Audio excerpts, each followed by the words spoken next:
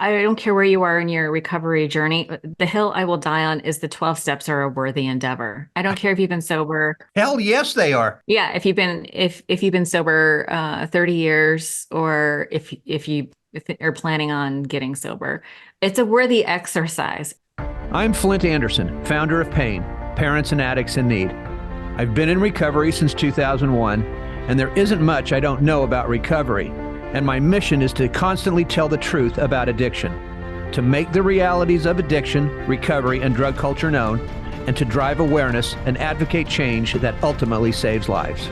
And I'm Jason LaChance, a certified recovery coach with a passion for speaking with others and sharing their knowledge to help others seek recovery and maintain long-term sobriety. And this is the Don't Hide the Scars podcast, presented by Pain, Parents and Addicts in Need. To my right, the founder of Pain, Flindt Andersen. Of course, I'm Jason LaChance, and we're joined by the lovely host of the One Day at a Time podcast, and I dare say a friend, Arlina Allen. How are you? Yes, sir. I am very well. Thanks for asking. Thank you so much for having me back. It's always fun talking to you guys. You bet. Oh, yeah. We've been reviewing like people that it's just like, oh, lots of value, great comment. We have a good time, and you were top the list. So I'm like, I'm reaching out, seeing how you're doing. Still considered a good time gal. And sober or what, 30 years now? Where are you at? Almost 30. Yes. 29 and counting. My anniversary is at the end of April, but pretty sure I'm going to make it. Yeah. You know, it's like I always, when somebody asks me how long do I have, I always kind of sit back for a second, you know, and go, okay, how do I really answer this? Because a lot of times I'll say, because I'll go, do you ever have the urges? And, you know, and I almost have to cover it up sometimes because I just want to say, no, I don't. Okay. You know, but in recovery, everybody assumes that we've always got to be on our toes and, you know, and blah, blah, blah. And again, I think we always have to be aware to a certain degree, but I think you reach a certain point in your recovery where I don't know, I'm like that, where it's like, God damn, there's no way I'm going back. You know, Yeah. There's just no way. I don't care. Yeah. I don't care what the situation is. Listen, call it vanity, but I'm not, I don't want to do the beginning over again. Right. Plus, I don't have any desire every once in a while. Like when my son turned 21, we were at a restaurant, this fancy restaurant, and they brought him out a glass of bourbon that had like this smoke thing.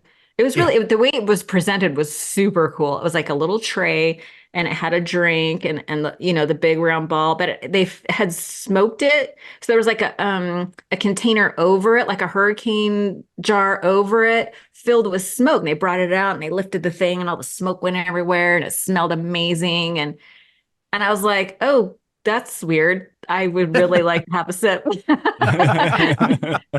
But that's as far as it went. Right. Yeah. Right. No, and like I've been having some different struggles right now, and I was you know, on with my sponsor yesterday. He's like, "You're sober, right?" And I'm like, "Yeah." And he's like, "Okay, everything's fine." I'm like, it wasn't even it's not even a thought anymore. Like, oh my gosh, I have all these things that need to be done, taken care of, organized, processing of feelings, all that stuff, and it's not even a thought. But Yeah. we were out for a Christmas party the other night, and it was like, you know, everybody's getting the whiskey or whatever it is, and it's like, oh yeah, I used to like that, and it's pretty much that quick now, you know. And not saying it'll always be that. I might call Flindt one night, 10 o'clock. Hey, I really need to talk, buddy. You know, so it's the hyper vigilance of it's shifted a bit. I guess I would say. I don't know how else to put it. Yeah, the shift I feel like after a while, the shift is like, I don't feel good. Like I'm upset and I need to, that's when I pick up the phone, right? It's like when I don't feel good, I feel squirrely. Like it's largely about emotion management after a while. Like I'm not thinking about, it's not about handling cravings or anything like that. It's about how do I get back to a peaceful place? You know, it's interesting you say that because for me, I'm just going to say it. People probably think I'm fucking nuts, but I don't have cravings. I just don't. I have these little, like my wife just had some work done on her teeth. Okay. And of course, I mean, she despises all pain medications because of me. Right. Weirdo. Right. Weird. Okay. But you know, she's got the pills. I mean, okay, they're there. I just don't care. But this morning, I'm sitting outside in my patio, I'm having coffee. And yeah, and it's not that I was feeling squirrely, I was feeling overwhelmed by just some business stuff that's going on, you know. Yeah. And again, this is going to sound maybe a little weird to people, but I don't care. I all of a sudden there's a singer named Jordan Smith. I don't know if you've heard of this guy. And he say I love the song Mary Did You Know? There are so many versions of Mary Did You Know? It's a faith-based song. And this guy sings it like nobody's business, like I've never heard before. And as I'm sitting there and I'm listening to this, and it just popped, the song just popped up. All of a sudden, everything just went boom. Just went down. The anxiety went down. It all went down. And again, that's my spiritual place. That's where I go, you know, and it all just went away. And it was like, hey, you don't have anything to worry about here, dude. You know, even though there's worries off to the side. Perspective shift. Right. It was, and I mean, that shift, I mean, the minute the song started, everything shifted for the better. Well, Yeah. I think Isn't it's that. music is so powerful. So powerful. Yeah. I just created this 30 tips for 30 days. You know, it's like how to quit drinking. And there's 30 tips for your first 30 days. And the second or third tip was create an empowerment playlist, because I feel like there's that old saying, I forget who says it, but it's music speaks where words fail. And there's something about music that can just strike to the core of us. Like you were saying, it just set you right quickly, so fast. You know, when you can't get someone on the phone, when reading something spiritual or something inspirational doesn't do it for you, music will that's part of the emotion management. It just smooth things over, puts things right into perspective. Oh, absolutely, it does. I mean, yeah. This is the song. Obviously, is Mary Did You Know? And his name's Jordan Smith. Jordan Smith. I'm gonna look it up. It sounds really familiar, but I'm gonna check it out. Yeah. There's another faith-based singer. I don't know if you've heard him, Stephen Curtis Chapman. Oh Oh yeah. yeah. And so when I was in the Betty Ford Center, I mean, there's a few. I mean, I love most of his music, but there was a couple songs in particular that literally got me through like that first 2 to 3 weeks, you know, that I was there, and he came to Fresno about 5 years ago. And if you notice in my office, I've got pictures of with me and him. And I went right up to, because I don't care, I'll walk up to anybody. And I walked right up to him after the show, and I told him, I said, you know, you and your music was instrumental, you know, in my early recovery. And he just, I mean, he lost it, you know, right on the spot. Yeah, it was really cool. You know, but yeah, I mean, music just has that power that I think most people, you know, a lot of people need to listen to more of it, to be honest. You know what did it for me? My first 30 days, this was a long time ago, but there was a band called Enigma. Yeah. And there was a song called A Return to Innocence. Mm-hmm. Don't be too proud to be strong. Don't be afraid to be weak. I mean, I listened to it on repeat for a long time, but it was sort of like the paradox of recovery. It's like it actually requires a lot of strength and courage to get sober. Sure. Maybe some people perceive it as weakness, but it's really an act of strength to seek help, you know, and it's this return.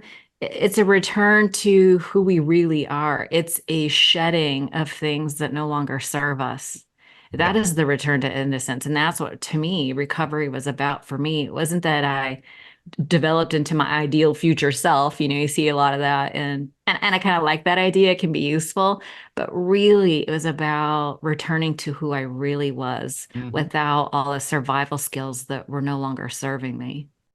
New Perceptions North, the premier drug and alcohol treatment and recovery center in Central California. A full continuum of medically supervised top quality care with programs for detox and patient residential treatment with dual diagnosis, intensive outpatient treatment, sober living support groups, and more. New Perceptions North provides adult men and women with the highest caliber of professional health care, treating each client with compassion and respect in a safe, comfortable environment to begin the process of recovery to proudly create and sustain a life without addiction. Call 559-978-1507 or visit newperceptionsnorth.com. For me, it was Jeremy Camp, faith-based artist, and his song "Take My Life," because it was a rocking song, which was kind of unusual for some of it. And I heard that, and it really, for me, it was about helping that surrender part. Like I gotta turn this out. Like I'm getting chills just thinking back to the feelings I had. Like I don't know what it means to turn it over. I don't know how to do that. And hearing that song, it was like, oh, wow. Okay. Yeah. I mean, in my arms just. I feel like the turning it over thing is finding something else to do while you wait. In the sense of, surrendering was like, okay, I'm not going to do the things I used to do. So I need to find something else to do instead. That's kind of along the sufficient substitute. But it was like, okay, it's so much easier to surrender when you know what you are supposed to do instead, what's going to take its place. And this surrender doesn't mean you don't do anything. Right. And surrender doesn't mean you're weak. Oh, no, it's so hard. I mean, listen, letting go is so hard, but we do it when we have something better. And that's the trick, is we need something better. Right. Yeah. Yeah. Well, and talking about surrender, like, we were kind of pre-discussing folks maybe being deterred by going to 12-step programs. And I know through your work, and you've been podcasting longer than myself and this young buck, so you've kind of heard every story of people just, I don't know, no, I'm not doing that. And of course, I always hear through me, with my experience, tell me what you, Flindt, is, well, I don't want to be a part of any religion. And it's like, That was, so funny is, okay, so I'm writing this book called A 12-Step Guide for Skeptics, right? People are very skeptical, and there's usually a few reasons that people give for not wanting to go. One is, and I wrote a few, I thought we'd address like the major ones. It's like I don't want to admit I'm an alcoholic. Right. It's a religious program, or dare I say cult.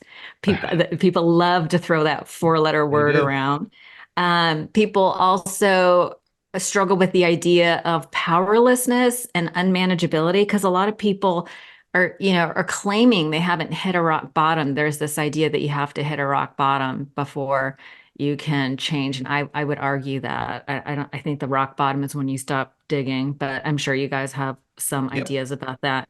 I think the funniest one is, I don't have time. You hear that a lot.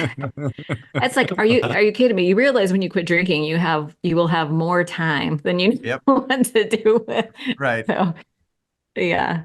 So Agreed. I don't know if you want to tackle the first one, is admitting I'm an alcoholic.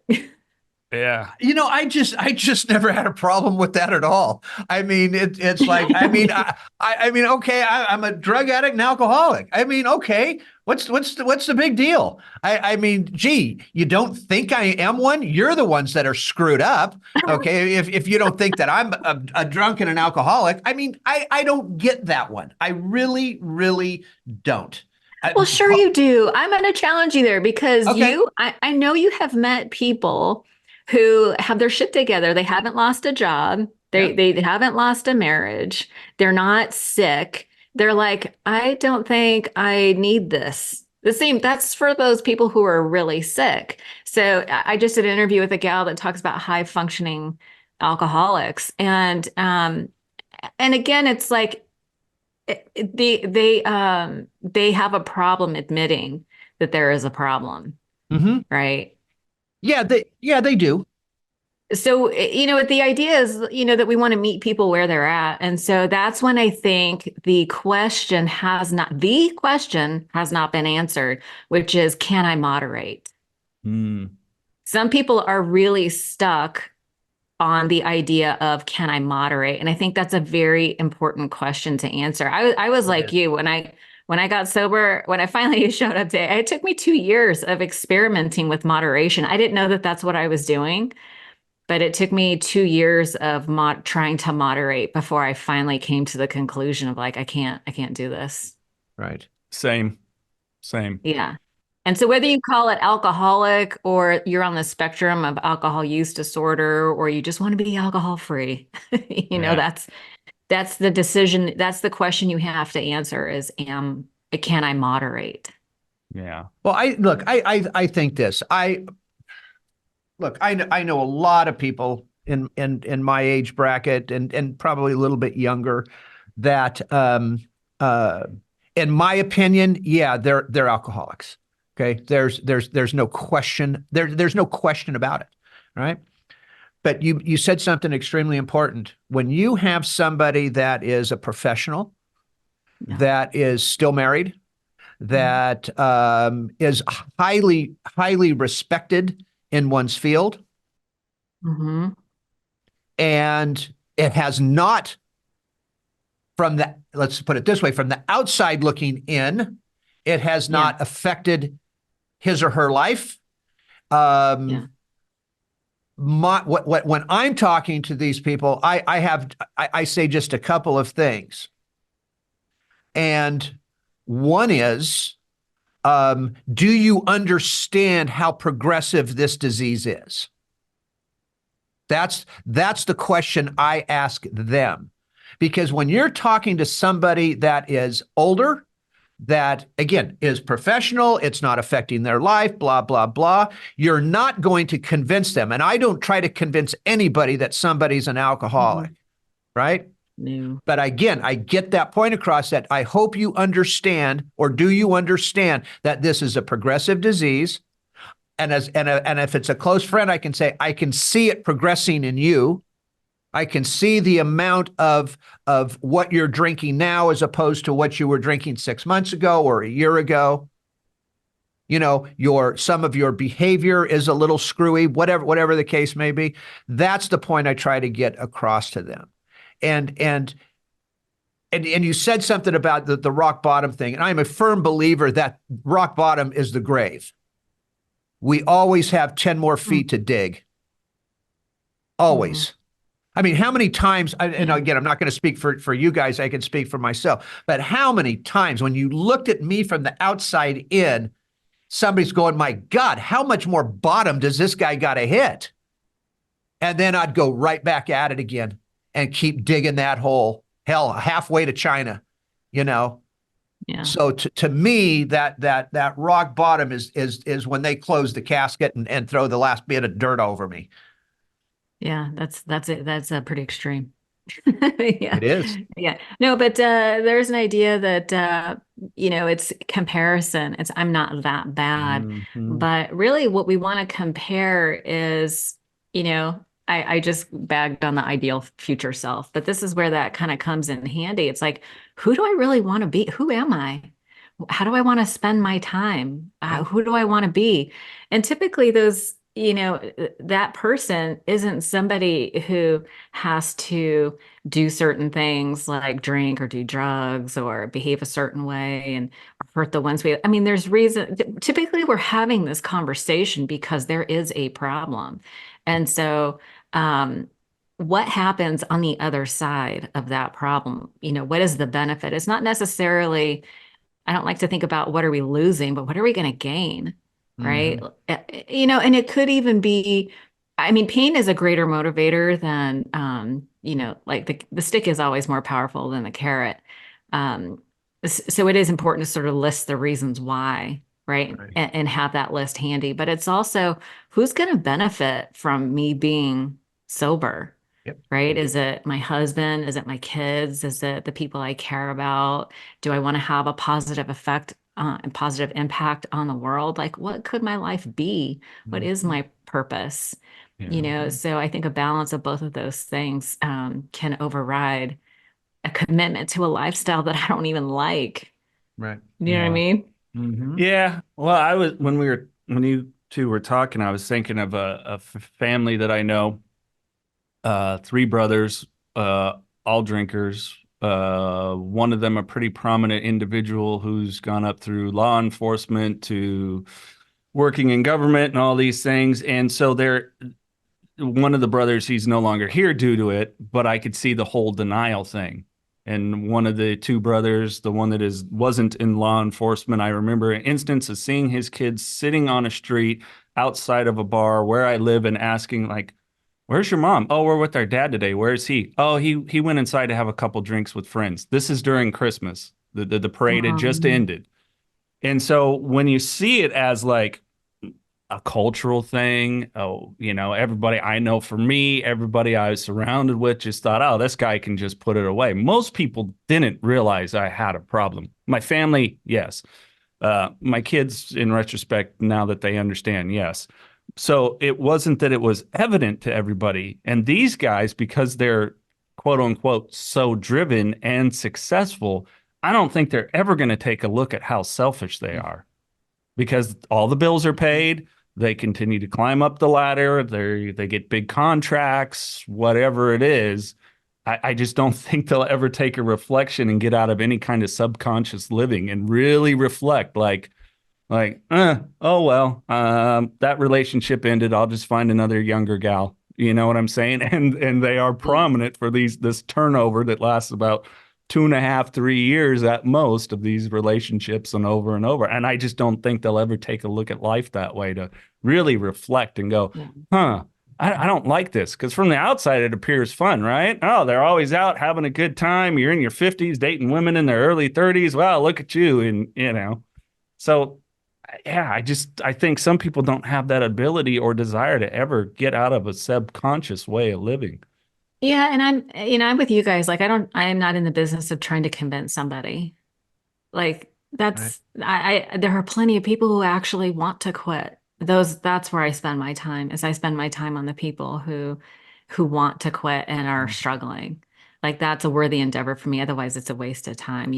Maybe you have somebody in your life that you can have an honest conversation with. But the timing of those conversations are really important. It's not during the evening when everything is going great. It's at 8 a.m. and like, how long do you want to keep doing this? Yep. Right. But I'm not really, I don't really focus my energy on those people. I'm interested in the people who are actively looking to change and just need to know how. And, obviously rehab and 12 steps are, one of the answers, that one of the first solutions that are brought, but just because it's been in our culture for so long, you know. But then they bump up against things like it's a religious program. And I'll just share that my son's college roommate, she came over to the house for, a holiday dinner or whatever. Excuse me. She's from another country. And I mentioned to her that, I don't know how it came up, but that I was sober. And I did it through a 12-step program. She goes, "Oh, isn't that a religious program?" And it's like, no, it's not. It has its roots in the Christian religion, but it's actually not. And I think the problem is that it's hard to argue it's not a religious program when they're saying the Lord's Prayer at the end of meetings, Mm-hmm. or when some groups will come right out. And I've heard people say things like, I tried to go to this 12-step group, but they told me I need to accept Jesus Christ as my Lord and Savior. Otherwise, I couldn't attend that meeting. And I'm like, my head was almost exploded. Like, that is not that you will. So what I want to say to people is that it's really important to read the literature, right? Mm-hmm. And if it's hard to get to step two, which is where we talk about higher powers and what God is, it's hard to get to step two if you can't get past, step one, or some would just say, you know what I Yeah. mean? I just try to tell people, look, hey, do you want to know what the most successful, like actual data on successfulness for people to have long-term recovery? Sure. Tell me. Have a higher power, be connected to a group of like-minded people. Yeah. That's it. That's it. You know, I mean, it's like, okay, look, hey, Flindt and I've talked about, I've told you this, man, I tried a new meeting. I did not like it. Yeah. Well, guess what? That meeting wasn't for me. Doesn't mean the overall kind of program or whatever it is. It's just certain, you know.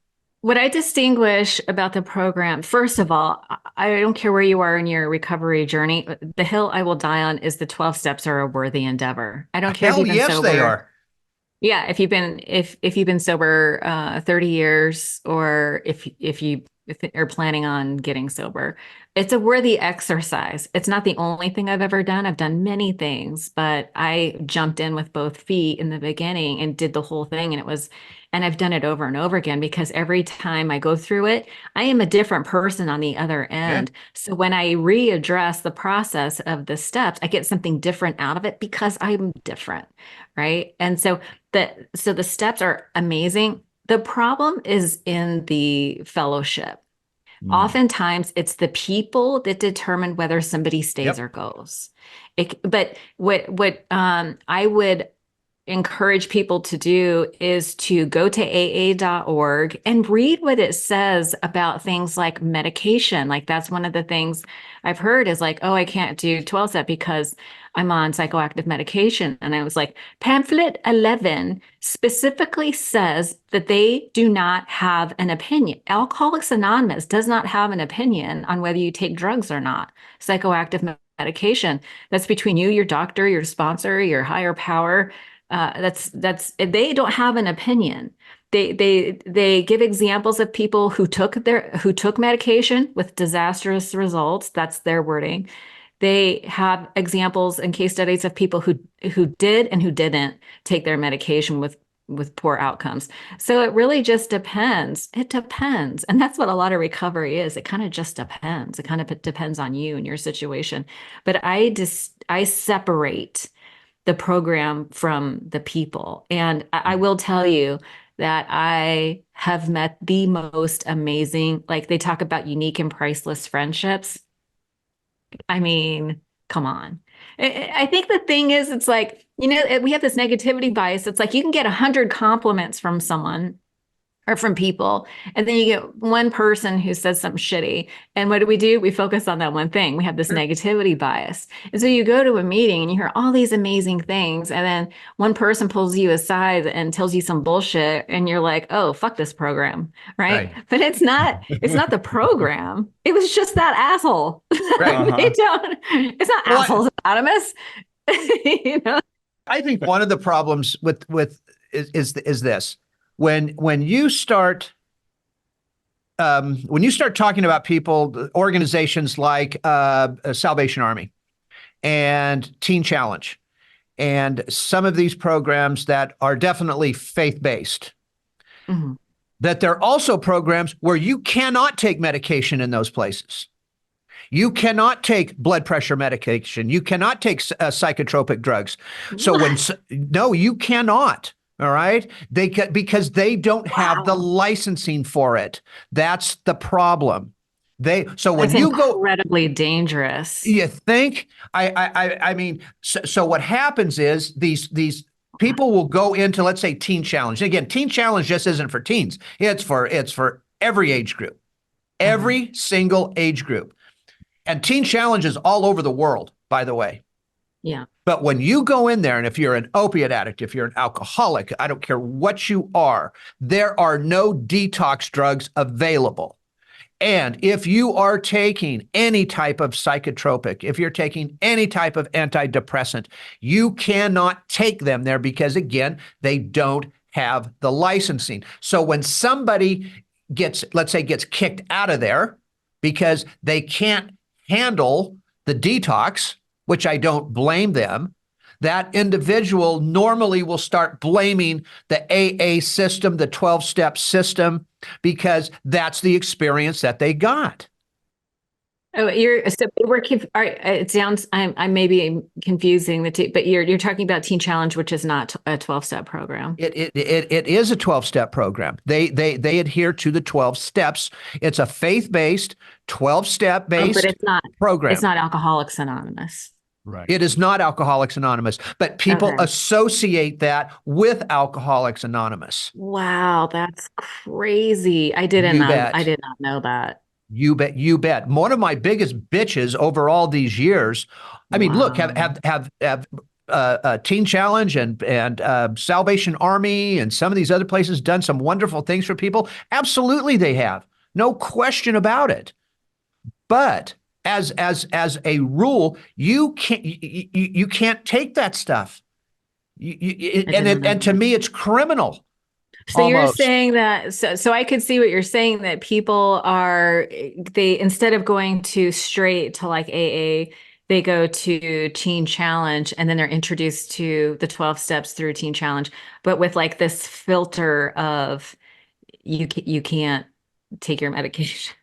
Basically, yes. Wild. Right. I did And not know that. again, That is, they're faith-based, so everything's based on God, Jesus Christ, right? And down the line, that's what they base everything on, yeah, which again is, I got no beef with that. and I have absolutely no beef with that one whatsoever. Okay. Yeah. But again, when you're, no matter what drug you are taking, there's no reason. I'm going to say something else here too. There's no reason on God's green earth that you should have to suffer through your detox because Right. I think it's medically incompetent Yeah. for these people to even, so when you call Teen Challenge, sure, we detox, come on in. Well, they're detoxing with aspirin. Okay, or maybe I don't know, or maybe some plant based So it's over the counter. over the counter Over the stuff. counter is Yeah, okay. yeah, yeah. Interesting. So Okay. the majority, no, I don't want Yeah. to say the majority because I don't know all the numbers correctly, but there is a huge number of people, especially that 18 to 30-year-old, right? That's hitting the streets with fentanyl or whatever the case may be, and hell, they Mhm. bolt. And now the whole blame thing comes in. It's the program's fault. It says, and you know what? There's some truth to it.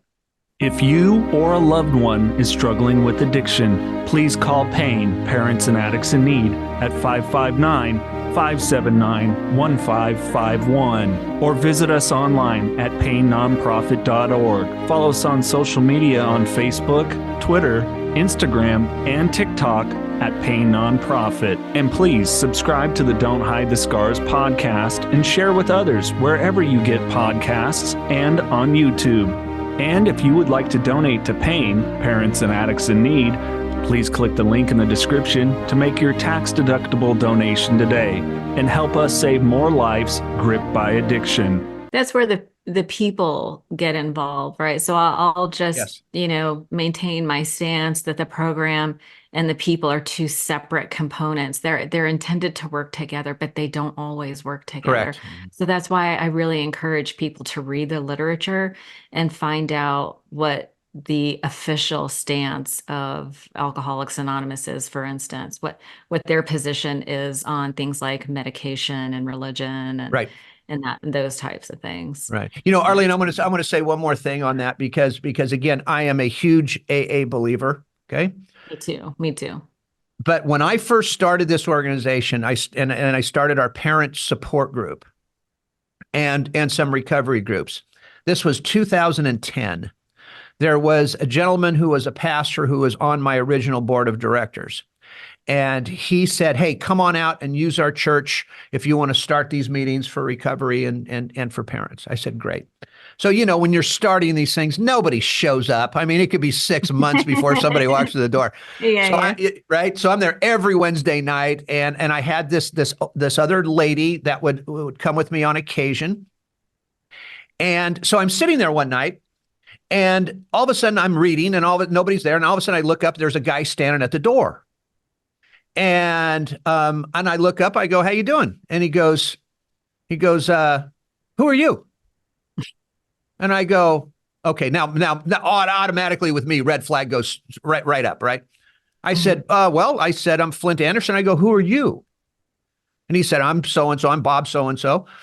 And I said, hey, Bob. He goes, he said, it took us 9 months to get into this church, to get a place. And I run the AA meeting here. It took you 2 weeks. This is the gospel truth, I'm telling you. I said, well, I said, just so happens that one of the pastors of this church is on my board of directors and he's allowing me to use this room. He goes, I'm keeping my eye on you. And I look at this guy and I Okay. go, okay, Bob. I go, you're keeping an eye on me? I said, may I ask what for? Now I'm turning into instant smartass. Okay, with the Of guy. course. He said, I'm Yeah. here to make sure you don't hurt any kids. What? And People are so weird. this true story. And at that point, my friend, the lady friend, her name was Robin. She walks in. Now, Robin was 60 at the time. Okay. Uh-huh. So she walks in, she says hello. He doesn't say anything. So, because this will come back. So I look at this guy and I go, hey, Bob, I go, here's one of my card. Here's my pamphlet here. Here's who we are. He says, I don't care about that. He said, I'm here to watch you. And I looked at him and I said, Bob, I said, now my voice changed, my demeanor changed. And I said, Bob, it's time for you to get your ass out of this room. Mhm. I said, end of story, Bob. All right. And I'll get back to you. So the next day, I get a call from my pastor friend. And he said, Flindt, were you working with an underage female alone last night in there? And I went, excuse me? He said, well, yeah, this guy that runs the AA group said that you were doing that. I said, Wow. let me tell you something, so-and-so, Mr. Pastor. I said, here's what's going to happen. I said, you're going to tell this guy to cease and desist right now, or I'm going to have every attorney that's on my board of directors crawl up his ass with a microscope. Okay. And I'm going to find out everything about this guy and I'm going to bring it all to light. I said, that's the first thing I'm going to do. I said, the second thing I'm going to do is I want to thank you for allowing us to use this room here. I said, but I'm out. I'm not going to put up with this. I don't even want to go down that road. I said, I will if I have to. I said, so I called another pastor friend of mine and we were at their place the following week and we were there for like 10 years, So, But the point here with all of that, all right, is that AA, it's the people because they can be assholes. They have their idea of what AA is instead of what it truly is. I've been to those meetings. I'm like you. I've been around this shit a long time. Yeah.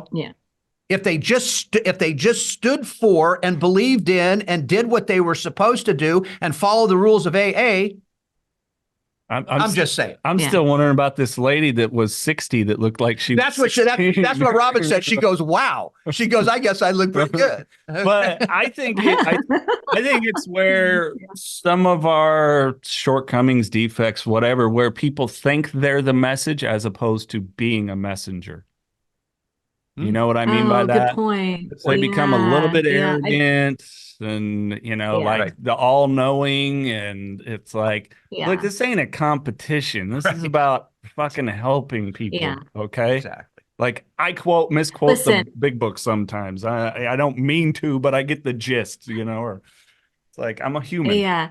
I mean, I get why people are so passionate and they kind of have like this way is the only way mentality, and I try to come at this from a place of compassion. If you've been around any length of time, you see people die. If you've been in the world of addiction, you've seen your friends die. And so it's not unreasonable to be afraid and to be vigilant. And so I get it. I really do. But it's important that we stick to the principles before personalities and things like that. And it's important to separate the people from the program because let's be real, it's not the hotbed of mental health, right? We go there because we have some issues, and that's where people with I would consider myself one of those people who showed up with a lot of mental health issues and maladapted coping skills. And so I was placed into a room where I had the opportunity to practice with other people that were kind of in the same boat, and it was a good thing. So I'll say it's experience at times, but it was good because the people that challenged me either changed my mind or they reinforced what I already believed to be true. Mm-hmm. So either way, it was good. And those people who are challenging are the exception rather than the rule. Like I have met people who were such gifted speakers. Like I'd go to a meeting and there were these in California. I don't know if this is like this where you're at or people listening. Their meetings, the formats are all different, but I'd go to meetings where people get called on. Yeah. And so, yeah, okay. A lot of meetings are like volunteer. Like I'm in Idaho now and it's volunteer. So the room can be quiet and then you just wait for the spirit to move you and people start popping off sometimes at the same. It's really weird. I'm not a fan. But the people that get called on all the time get really good at public speaking. And some people are gifted. Yeah. And there are some people who have the ability to make you laugh and cry all within the same share. And so those are the people that really made the meetings for me. And I could go, and for me, it was a great place to go and see my friends on a regular basis and sort of be current with a bunch of people because, when the shit hits the fan, as it will, I had access to a dozen people that I could talk to that I was already current with.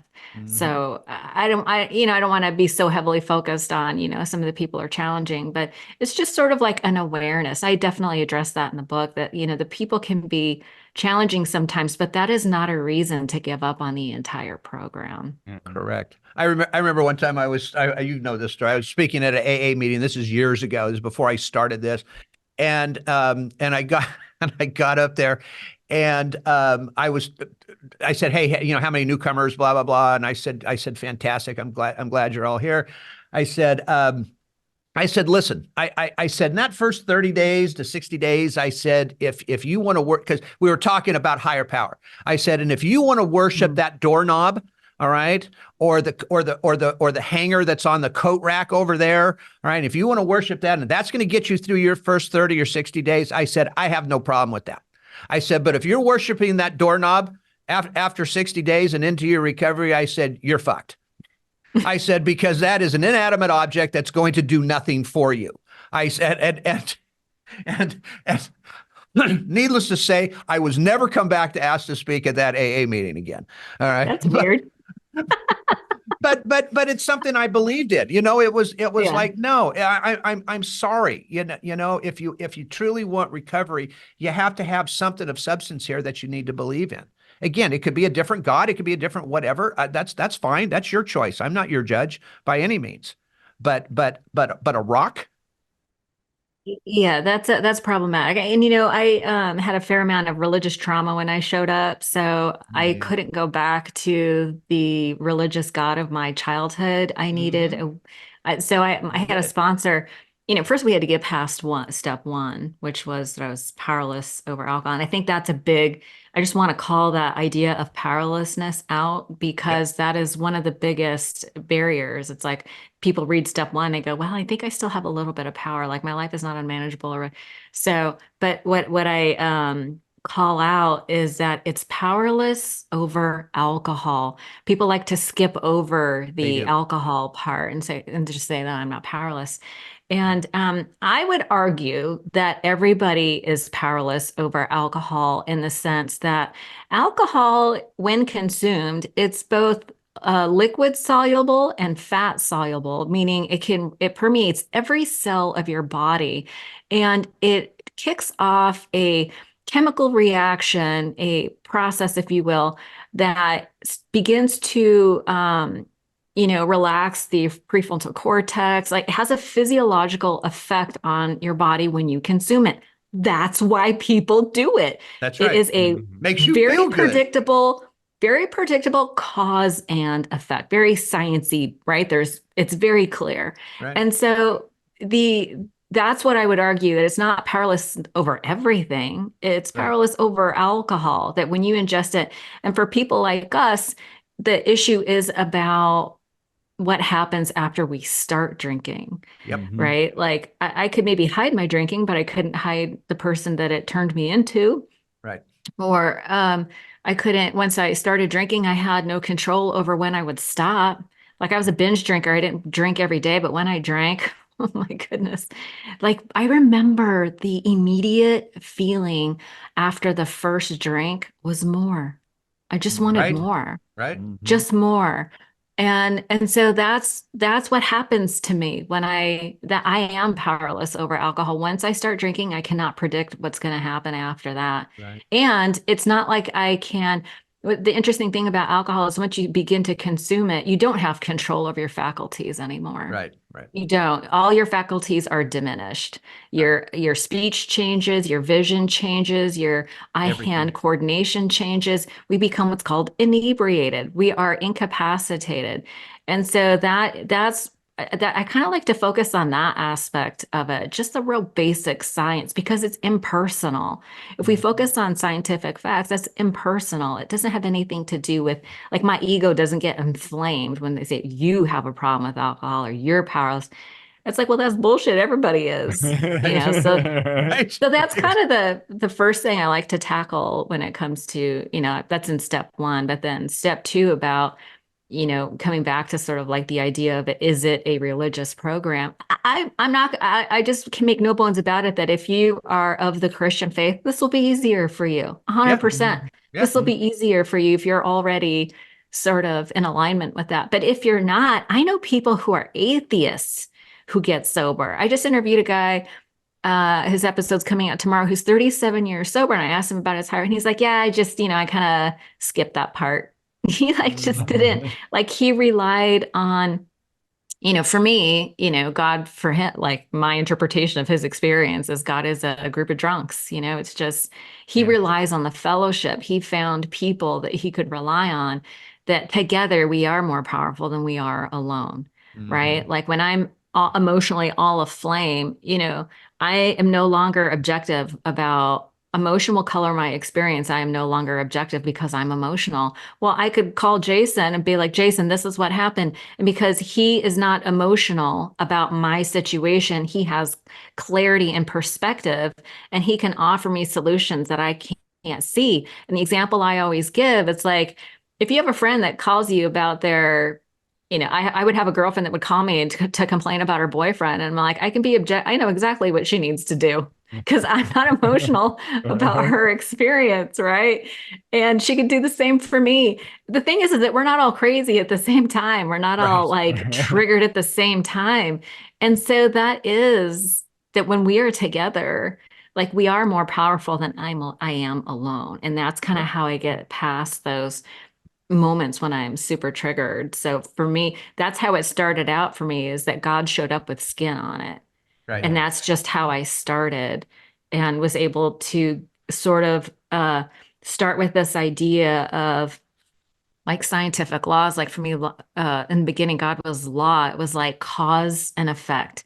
If I don't drink, then I have a different, if I do drink, then I have a predictable response. If I called a friend first, then my behavior, I would have a different response. If I exercised first, then mood follows action, right? I would take an action and I would have a different mood, right? And Right. that's how I began to regulate my emotions. But um, yeah, and then I was able to receive a more spiritual solution, an idea. Like once I found a little bit of foundation and safety, once I felt safe, then I could open my mind to, wait a minute, maybe there's more available Mhm. to me than just, working through people. So that's kind of how I got through the whole religious part. I Mhm. think so much of it is just plain old fear. Like it's Yeah. predictable. Like for us three to have stayed in our addiction, it would have been pretty predictable. Yeah. I Yeah. I I mean I do. I see it that way. And I think Sure. it's a lot of that fear of like, oh my gosh, so much of my life is gonna have to change. I think there's that realization. I know it was for me, like, ooh, I tried white knuckling, I tried moderation, I tried this, I tried that, everything but medication. I know there's different ones out there that, I forget if it just inhibits the dopamine when you drink or whatever it is, makes it less appealing. I can't think of the name of it. You guys might know offhand, but There's a few. Yeah, there's a yeah. few. And I went every route but that. And then a realization of fear, like, oh my gosh, what I thought was my social circle is going to change. And it did. And those people went away for the most Yeah. part. The real genuine friends stuck around, and Mhm. I'm proud of you. The people that went, are you sure you got a problem? They went away really quick. Because if they looked at Yeah. that, then they might have to go, oh shit, I got a problem too. So I think it's so much of it is just sitting in fear. Like I was incredibly afraid. And for me, it wasn't, I've talked about this. It's not that I didn't believe in a higher power, it's just believing in one that loved and had purpose for me. And so Right. I Right. had to embrace in my character defect of being worthy, of being loved, and also accepting God's will as I see it, that, hey, there's, like right now, there's some challenging things going on, but God's trying to guide me for a lesson here for whatever reason. And it's Mhm. not in my time. It's in somebody else's time. Like I'm the worst guy to be like, "Hi, I'm an atheist. Will you help me in 12 steps?" No, because I'm going to refute how you're not really quick. Like that guy, You're not I really. I don't Yeah. believe in a higher power, but I connect with these people. Yeah. So you connect with these people that all believe in a higher power and let it flow through them, and now you're connected to them. Huh. See, I'm the dick there. Like, yeah. Listen, I always argue that too, because I think I feel like for me at the end of the day, God is about the energy of love, and energy is something that we all believe in. That's actually not a belief. Like, here's the thing about facts and science is that it doesn't require faith, Right. right? And so a lot of times it's about just how you define what, if people say God, typically people have a problem with God, they have a problem with somebody else's God, Yeah. right? And so I would suggest that you can disre like those ideas. You don't have those aren't yours. Like you need to come up with something that makes sense to you. And for me, I needed something that made sense. It had to make sense to me. And I think one of my favorite definitions of God I got from Carolyn Mace, which was that God was law, but that God was also personal. And I still struggle with the personal part, but I tell you what, I have enough evidence over the last 30 years that when I have asked for help, help comes. Help comes. All I have to do is ask. And I don't even need to know what it is that I'm asking. But there is something about the energy that shifts inside me. God isn't outside of me in my mind, it's inside of me. Like I am a part of all, like there is something about my thoughts and my feelings that have an effect on my outside world. And if I'm in that place of like open to receiving help, I'm really tapping into this energy, like a sciencey kind of energy. Like it all needs to make sense to me, right? And so when I open my heart and my mind, something happens on the inside that has an outside effect. Mhm. And so, yeah, I don't know. For me, it was, I didn't have faith. I was confused about what God was. I had been asking God to change me my whole life, and I never felt like God came to rescue me. Like a bunch of bad stuff happened. And I was like, what the fuck, God? Like, where were you when I needed you? Yeah. And, Well, and that's the what, and problem. That's the problem. Okay, I've been listening yeah, to you guys, and you're talking about some great stuff here, but I can simplify this. When I pray to God for wisdom, He gives me problems to solve. Mm. Okay, yeah, I don't pray for patience anymore. right, exactly. That and that and Yeah, and that and that's. But yeah, you pray for patience. Whoa, He's going to load you up. Okay, yeah, yeah, I mean, I think there's so many, and again, I'm not putting any of these people down because I've been through that same scenario. Everybody, I think yeah, a lot of people assume that if you start believing in God, or even if you don't, but you want to, and you're asking Him to do things, that He's just automatically going to come in and rescue your ass from all the surrounding stuff, from all the actions that you gave. There are still consequences to our actions. Those yeah, consequences could be, Mike. I had consequences to my addiction probably up until yesterday. All right. I mean, there's always a consequence to our past and what we did. yeah. What He's doing for me is He's teaching me how to deal with those. Hmm. That's what He's teaching me, is how to deal with those situations. Lord, can you? Yes, I'm gonna. This was a big one for me that I had to learn. Did God take away my addiction? Yeah. He did. Did he take away the withdrawal symptoms? Not on your life. I still had to go through withdrawal symptoms. I still had to go through the mess. All right. In order to get to the point where now I understand what God was doing. And that's the faith part of it. That I have to have enough faith to believe that almost believe in the end game. People can ask, why is there a war in the Middle East? Why is God allowing this? Well, first of all, it's biblical. Secondly, all right, God didn't start this war. And again, I'm not getting into the war piece of it, but you have to understand what God is doing in one's life. And sometimes he's just not going to go, oh, everything's just roses now. That doesn't work that way. My opinion.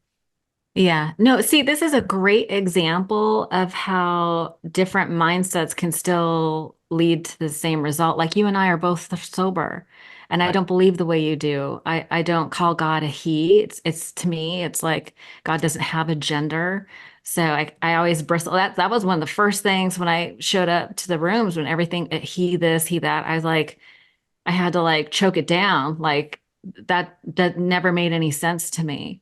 And this idea like of a higher power testing me, or, like that whole paradigm, like I just needed to find something that made sense to me. Mm-hmm. And, what makes sense to me is that I'm at the cause of life. I'm not at the effect of it. Mm-hmm. Like and I can ask for guidance, which comes inside. Like when I ask for guidance and help, and I do pray for clear signs, because I'm easily confused, right? It's like, are you sure? Are you sure that this is the thing? Because this is not what I want to do. But it's tricky. But my compass is internal, and it's a gut check, and it's usually the still small voice. The ego speaks first, and the ego speaks loudest. And so sometimes I just need to wait for the noise to calm down before I can hear. When the fear dies down, then I can follow my internal compass, which is generally whatever end result leads in peace. It's the peace. I'll just give you an example. I was having a struggle with a friendship, and I was like, I don't know what to do with this friendship, because there's a lot of, I'm a very loyal person, and I don't give up on people. Yet this relationship was no longer working, and I had to really. It took me a long time, and I had to pray for clear signs. And when I made the hard choice to let this person go and to end contact, my result was peace. And that's how I knew I made the right decision. But it took me a long time, because I have beliefs that you don't give up on people, and that everybody is but it's not my job to save everybody. But so that's kind of how it works for me. It's like this internal, I do ask for help, and I'm really not sure but I don't think that there is like a grand plan for my life. Do I feel like I can live to a higher purpose and have a bigger impact? Absolutely. But it's more about me becoming when I am who I really am. And that, you could say that the person that God made me, then I, by definition, if I follow my heart, then I am leading in accordance to what was meant to be. Mm-hmm. So that still small voice that you hear, who do you think, or what do you think that is? I think it's my higher power. Okay. Mm-hmm. But I don't really, it's my understanding that you come from a religious background. Is that true? Mm-hmm. So I get it. I get that paradigm, but I don't need to make my way of thinking fit into that. I understand that. I understand absolutely. that. Yeah. But see, but I struggle with things like this. Okay. And again, this is just a nice debate conversation that we have going on. Yeah. We're all friends. Right? Absolutely. Absolutely. But it always, I don't want to say amazes me. That's what you were going to say. Go ahead and say it. But that's what I was going to say. But it amazes me when people talk about God, and they don't like the he part of it, or any of that. Well, and again, our only reference that I believe right, would be biblical in the Bible. And there is nowhere in the word where it says it's an it or it's a she, because when you're talking about your Father in heaven, it's in the Lord's Prayer, it's in everything. It's Father in heaven, everywhere you look in that. So again, I wish I knew the Bible better, but there is my memory, like looking at 55, it's like my memory is not what it used to be, but there are examples of when there is a she reference, but no, yeah, I'll find it for yeah, you. because I'm sorry, there isn't. Yeah. There is. I'll find it for you. Okay. Yeah, I'd like to see that one. Yeah, I'll find it for you. A Mhm. lot of this is interpretation. And so I think a lot of what didn't work for me is a lot of this information is interpretation by people, by men.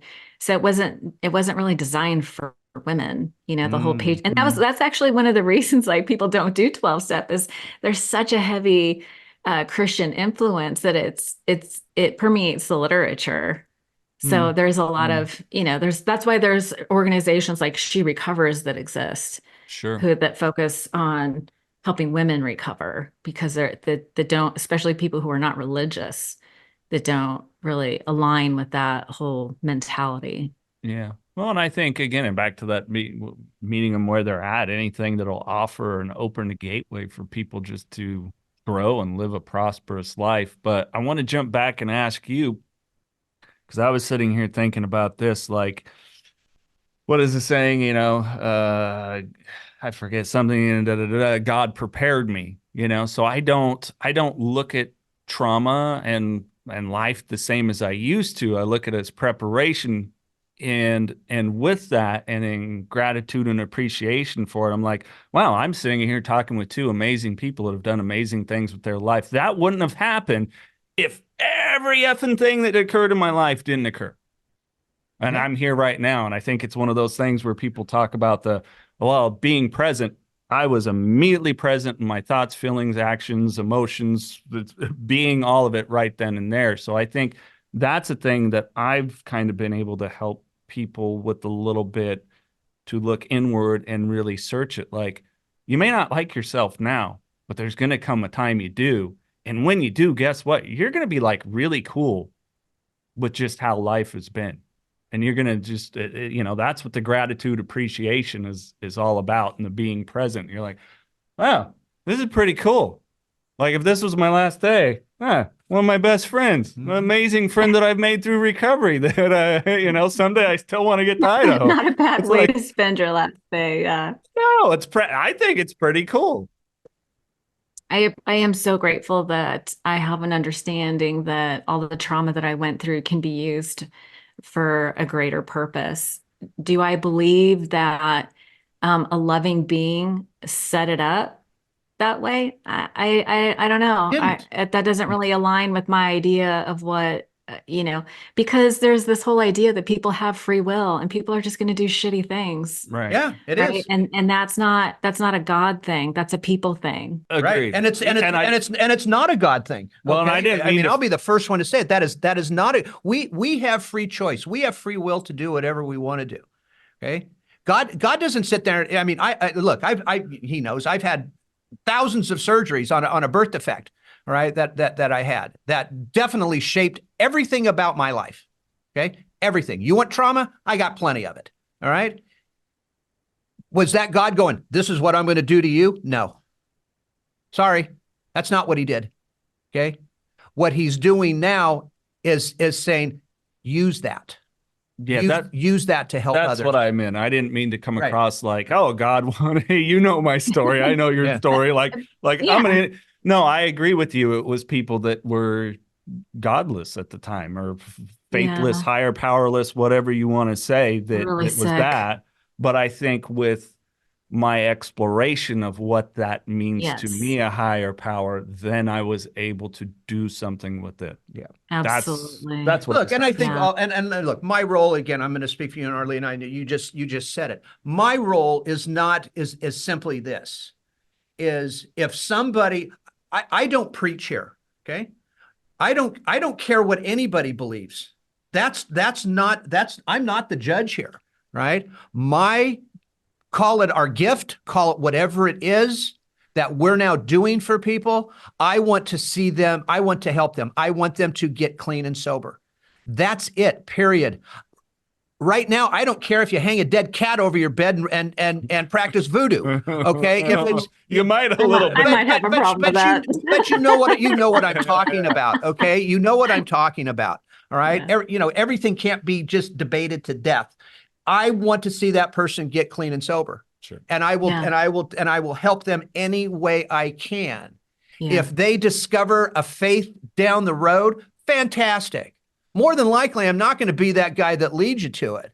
But what I hope for is that if you want it, and because of my faith, if you can see that faith working in me, and that helps you, by all means. By all means. I mean, that's what it comes down to. I feel like that's the spirit that it was intended for. You bet. Right? This openness, this energy that's rooted in love and support and humility, frankly, humility. That's what helps people to feel safe. Right. I never got the messages when people were talking down to me. Right. I got the messages from people who were in the trenches with me, who understood how bad it felt to do the things that we were doing without a choice of whether we were going to do it or not. Like, Right. I often say that these people got my kind of crazy, but really what it was is pain recognizes pain. And, through that compassion is how I relaxed into who I really am. And I was able to let go of the things that no longer serve me. And I'm with you, Flindt. I don't care how people do it. Right. I typically work with women that are, professional, high achieving women, Right. who don't have a lot of time, or they are struggling with, traditional religion or faith, who, we just need to meet people where they're at. Right. And truly all that matters is that we are helping to alleviate unnecessary suffering. Correct. And there's really many ways to do that. And, the truth of the matter is quitting is just the very beginning. It's the beginning of something amazing. And as soon as we resolve the using, we can stop. It's staying stopped is the tricky part, right? Right. So once we sort of master the staying stop, that's when you can really, live to a higher purpose and be who you really are and be authentic and do what you came to this planet to do. It wasn't to suffer. It really wasn't. Maybe a little bit. I mean, I understand that some suffering fosters empathy. Mm-hmm. Really. And for me, that was the antidote to my shame, was when my shame was met with empathy, that's when it dissolved. Mm-hmm. Right. And that's all we're doing here. Right. We're just helping each other out, and then we like to have a good time. Right. So it's just the very beginning. And what drives me though absolutely nuts is, and you said it, Arlina, when somebody that's suffering, when they have people that have been where they are, that have been in the trenches, that have been through this. All right. I said it somewhere. I wrote it and posted it somewhere, about just that, about the people that have been through it are the ones that can help the people the most. Yeah. When what drives me crazy is when you have all these folks out there with good intentions. I have no problem with their intentions. But when they're talking about, when they're not in recovery themselves, they have no idea what it's about. They don't know anything about opioids. They know nothing about methamphetamine. They don't even know anything about alcohol. And they're giving their advice on long-term harm reduction and all these sort of different paths. All right. It's like, get out of my way. Okay? Yeah. Just get out of my way, because I'm going to run you over here any second. I love your passion for this. Oh yeah. Yeah, listen, I'm with you. Like, just because you have some credentials behind your name, it doesn't mean you have credibility. Like, credentials don't necessarily give you credibility to people like us. Like, I want to know that you know what it feels like. Right. Yeah. Right. Yeah. One way, shape, or form. One way, shape, or form. Yes, Well, we sir. could keep going on I and know. on, but I think, Christmas is just around the corner and we don't want to, talk for weeks on end. We But could what's talk till Christmas.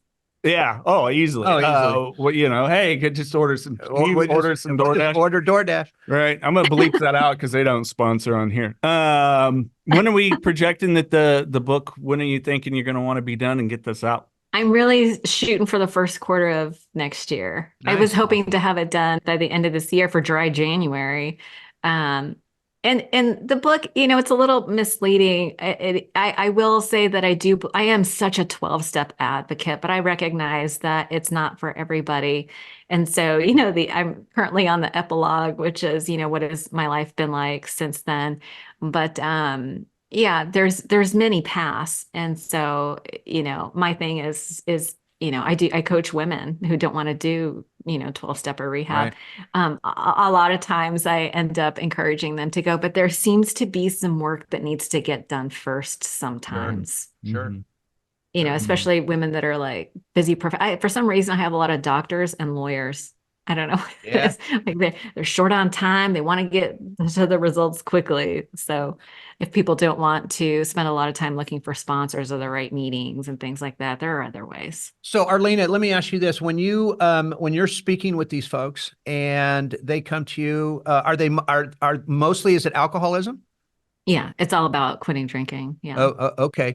So do you refer to inpatient facilities? Because at some point, Oh, yeah. I mean, listen, the yeah, question number one is how much are you drinking? How often? right, Like I'm ruling out for chemical dependency.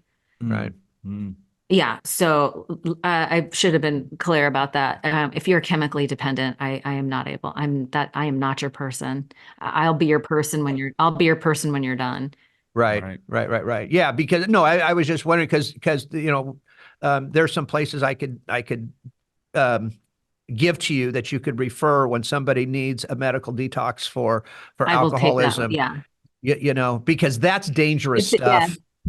It's so dangerous. It's so dangerous. Yeah. Yeah, that's the first thing I do is rule out for dependency because I'm not trying to kill anybody. Right, Yeah. right. Yeah. Yeah. Yeah, no, we were talking last night. I live in an area, Jason knows, where it's called Christmas Tree Lane, and it's been there for 100 years on this street. And yeah, it's pretty amazing. Your And neighbor's a nutcase. yeah. It looks like a small world. Yeah. And last night they have two, what they call walk down nights, right? Where there's literally 30,000 people that are walking for 2 miles down in my neighborhood. Okay. Yeah, this is no joke. This is no joke. 30,000 people. And from 6 p.m. to 10 p.m. last night, I couldn't see my neighbor's house across the street How do you because get home? we don't. Okay, there's side streets, so we have to take side streets and kind of cut. And it's not a walk down every night. It's cars every night. The walk down night is only 2 nights during the month. Oh, okay, Right? okay. Yeah. But we were sitting out there, and I was sitting out there with my son and a few other people, and they were talking about this friend of theirs. Just for a second here, who passed last year, Mm. and he was 38, and Oh, of straight alcoholism. oh my And God. this young man I've known since he was 6 years old. Oh, no. He was so, and this is important for people to know, because there are different phases and levels of alcoholism. Yes. And it can affect at any point in time. Everybody's body is different. Everybody accepts or rejects it differently. And this young man at 38, when they did first of all, when they did the autopsy, he was 180 pounds overweight. Ooh. He had blown up like you can't believe. His esophagus was burnt Mm. from smoking constantly. He'd smoked 4 or 5 packs of cigarettes a day, Oh, and he was constantly taking shots of anything, right? But some of the strongest alcohol out there, that it just literally burned his burned his esophagus. And this is at 38. Wow. He must have been in some kind of pain. He was, I just, and I know the family. I knew everybody in it. I mean, it's not like they had massive addiction in their family, but this young man, and I'll tell you what, for the guys that we were talking to last night, I mean, it really hit home to them, that this is serious business. It's serious business, and it can turn even more serious. It's so these people that say I'm a functioning alcoholic, are you really? I used to tell people I was a functioning drug addict. I could do my job. Yeah. Right. But was I truly functioning as a human being? I don't think so. Mm-mm. Yeah. Yeah. Anyway. Well, Merry Christmas to you after that. While you're talking about it, I'm just on thinking that happy note. Yeah, I'm just thinking of the reaction. No problem. Anytime. Yeah. Well, Flindt knows I had a couple people I was working with, and one was trying moderation. They asked me, what's like a good amount, where it's not unhealthy? And I go, well, that would be 0 because it's poison. Yeah. There is nothing. And especially as we get older, and when we get over 40 for sure, how it just starts to affect and deplete the body of so many different things. Like, yeah, dude, look, there's no amount. I don't know what to tell you. Like, I think what's so interesting, I'm guessing the majority of your listeners are probably people who are already in recovery, or maybe, so what we're talking about are, the friends and family who are still, struggling. And one of the best podcast episodes I ever heard about just straight up alcohol from a scientific perspective was from the Huberman Lab podcast. He's a neuroscientist out of Stanford. And it was the most downloaded episode. I think it was 2022 when it came out, but it was the most downloaded episode because it just gave all the straight facts of what alcohol is. And it wasn't from this judgy perspective. Right. It's just like, let's just take a look at what the science says. Because again, that's impersonal. And when we have facts, then we can make better decisions. And that might be the trailhead that leads to, maybe I could put together a moderation plan. And if that plan fails, if I can't stick to it, then we have evidence of I do need to practice abstinence. And I think that's kind of where I want to leave this conversation, is that let's just start with the science. What does the science say? And let's start thinking about we're at the end of the year. Everyone's always thinking about, what do I want to accomplish in this next year? I would say, who do you want to be? Who do you want to be this next year? You can be anybody you want to be. Right. But if you want to optimize, alcohol is probably not on the list of traits or activities that we want to do that's going to get us to where we want to go. You bet. Yeah. You bet. Wow. If people want to find out more about you, the One Day at a Time podcast, how can they get a hold of you, Arlina? I just revamped soberlifeschool.com. I just updated my website. I have a new guide, 30 tips for your first 30 days. There's a lot of groundwork that needs to be done. And I do support women, busy professional women. I help them to quit drinking and really just build a life they love. So that's me nowadays. I've been for a long time. That's great. Arlina, thank you. You're the best. I mean, seriously, it's so good to be with you guys. I really enjoy talking with you. This has been just absolutely wonderful. Yeah. Thank you. Have a great holiday season, would you? Merry Christmas. And Merry Christmas. That's right. I love me some Jesus. Oh, thank you, of course, for listening to the podcast or watching on YouTube. Please hit that subscribe button. If you're on YouTube, click the bell so you know when we put out new content. And if you're listening on Apple Podcasts or Spotify, please leave us a rating and review. And also we have in there how you can submit some questions. If you want to have Flindt and I talk about a topic, send us an article. Our thoughts, our opinions, it's all available to you there. So thank you very kindly. Mr. Andersen. Mr. LaChance, thank you as always. You're the best, buddy. If you or a loved one is struggling with addiction, please call PAIN, Parents and Addicts in Need, at 559-579-1551, or visit us online at painnonprofit.org. Follow us on social media on Facebook, Twitter, Instagram, and TikTok at Pain Nonprofit. And please subscribe to the Don't Hide the Scars podcast and share with others wherever you get podcasts and on YouTube. And if you would like to donate to PAIN, Parents and Addicts in Need, Please click the link in the description to make your tax-deductible donation today and help us save more lives gripped by addiction.